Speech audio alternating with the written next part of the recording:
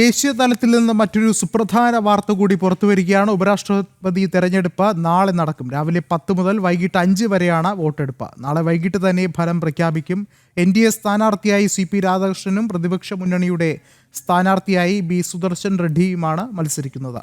വോട്ടെടുപ്പിനായുള്ള ക്രമീകരണങ്ങൾ പൂർത്തിയാകുന്നതായി തെരഞ്ഞെടുപ്പ് കമ്മീഷൻ അറിയിച്ചു. കൂടുതൽ വിവരങ്ങളുമായി ഡൽഹിയിൽ നിന്നും ജിഷ്ണു കൃഷ്ണൻ ചേരുന്നുണ്ട്. ജിഷ്ണു, വോട്ടെടുപ്പിൻ്റെ നടപടികൾ ഏത് തരത്തിലാകും നാളെ നടക്കുക?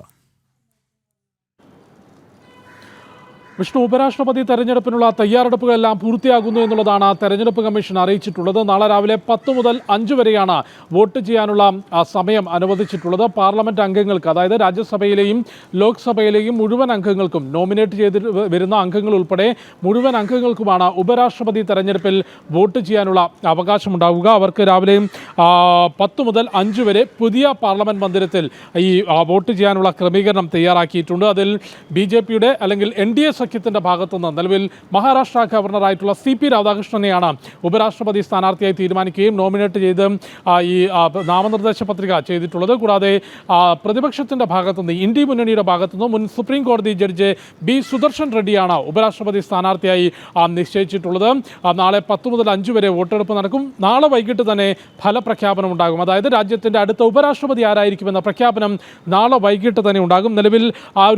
നിലവിലെ അംഗസംഖ്യ പാർലമെന്റിൽ പരിശോധിക്കുമ്പോൾ ആകെ വോട്ട് ചെയ്യാനുള്ളത് 781 അംഗങ്ങളാണ്. ലോക്സഭയിലും രാജ്യസഭയിലുമായി ഉപരാഷ്ട്രപതി തെരഞ്ഞെടുപ്പിന് വേണ്ടി വോട്ട് ചെയ്യാനുള്ളത് 781 അംഗങ്ങളാണ്. ലോക്സഭയിൽ 1 ഒഴിവും രാജ്യസഭയിൽ 6 ഒഴിവും നിലവിലുണ്ട്. അതുകൊണ്ട് 781 അംഗങ്ങളാണ് വോട്ട് ചെയ്യാനുള്ളത്. അതിൽ നിലവിലെ കണക്കുകൾ പ്രകാരം NDA സ്ഥാനാർത്ഥി CP രാധാകൃഷ്ണന് 423 വോട്ടുകളുടെ നേടിക്കൊണ്ട് മികച്ച ഭൂരിപക്ഷത്തിൽ നിഷ്പ്രയാസം തെരഞ്ഞെടുപ്പിൽ വിജയിച്ചു കയറാനാകും എന്നാണ് കണക്കുകൂട്ടൽ. അതായത് ലോക്സഭയിൽ NDAക്ക് മാത്രമായി 293 അംഗങ്ങളെത്തും. YSR കോൺഗ്രസ് ഉൾപ്പെടെ NDA സ്ഥാനാർത്ഥിക്ക്, NDAക്ക് പുറത്തുള്ള കക്ഷിയാണ് YSR കോൺഗ്രസ്. YSR കോൺഗ്രസും NDA സ്ഥാനാർത്ഥിക്ക് പിന്തുണ നൽകും, ഇതിനോടകം തന്നെ പ്രഖ്യാപിച്ചിട്ടുണ്ട്. കൂടാതെ രാജ്യസഭയിൽ നിന്ന് 130 അംഗങ്ങളുടെ വോട്ട് ഉറപ്പാക്കാൻ NDA സ്ഥാനാർത്ഥിക്ക് സാധിക്കും. അത്തരത്തിൽ 423 അംഗങ്ങളുടെ പിന്തുണയിൽ 423 വോട്ടുകൾ നിലവിൽ NDA സ്ഥാനാർത്ഥി CP രാധാകൃഷ്ണൻ ലഭിക്കും എന്നുള്ളതാണ് കണക്കുകൂട്ടൽ.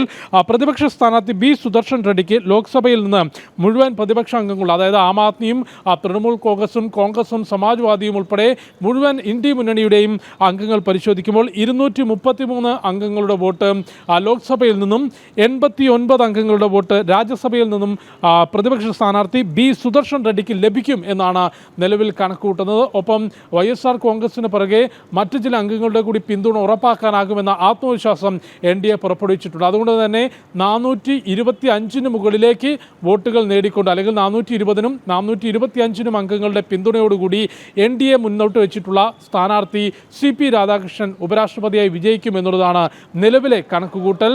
ഒപ്പം ഉപരാഷ്ട്രപതി സ്ഥാനത്തേക്ക്, ഭരണഘടനാ സ്ഥാനത്തേക്ക് തെരഞ്ഞെടുപ്പ് ഒഴിവാക്കിക്കൊണ്ട് ഒരു സ്ഥാനാർത്ഥിയെ സമവായത്തിലൂടെ തെരഞ്ഞെടുക്കണമെന്നൊരു നിർദ്ദേശം നേരത്തെ കേന്ദ്ര സർക്കാർ മുൻപോട്ട് വെച്ചിരുന്നെങ്കിലും അത് ഉൾക്കൊള്ളാൻ പ്രതിപക്ഷം തയ്യാറായിരുന്നില്ല. അങ്ങനെയാണ് B സുദർശൻ റെഡ്ഡിയെ പ്രതിപക്ഷം സ്ഥാനാർത്ഥിയായി തീരുമാനിച്ചിട്ടുള്ളത്.